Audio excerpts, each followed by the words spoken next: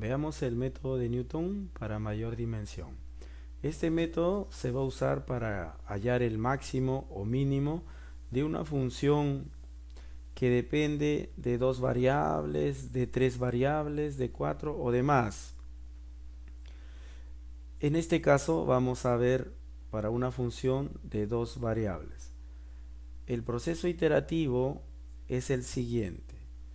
El vector x en i más 1 es igual al vector x en i menos la matriz hessiana a la menos 1, o sea, la inversa de la matriz hessiana, evaluado en el vector x sub i por el gradiente de la función f, evaluada en el vector x sub i.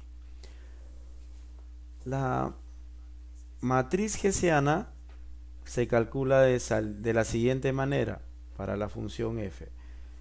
Es una matriz, si es que nuestra función es de dos variables, la matriz hessiana va a ser una matriz de 2 por 2. En la primera, esta componente sería la derivada parcial de f, la segunda derivada parcial de f con respecto a x1 dos veces. Esta componente será la segunda derivada de f con respecto a x1 con respecto a x2. Esta componente, la segunda derivada de f con respecto a x2 con respecto a x1, y esta cuarta componente con respecto a f, la segunda derivada de f con respecto a x2 dos veces. El gradiente de la función f es el vector derivada de f con respecto a x1, esta componente, y la segunda componente derivada de f con respecto a x2. Muy bien, estos valores de la matriz hessiana, en la fórmula está la inversa, o sea, calculamos la matriz hessiana y en la fórmula debemos poner la inversa de la matriz hessiana. Entonces, siempre cuando nosotros tenemos un proceso iterativo, nos van a dar un vector inicial. Ese vector inicial nos va a servir para calcular el siguiente vector de aproximación para el máximo o mínimo de mi función.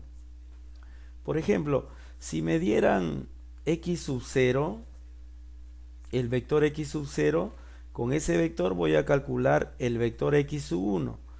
Entonces, el gradiente de f evaluado en el vector x sub 0 me va a salir un vector numérico. La matriz hessiana evaluado en ese vector x sub 0 me va a salir una matriz de 2 por 2 pero de números.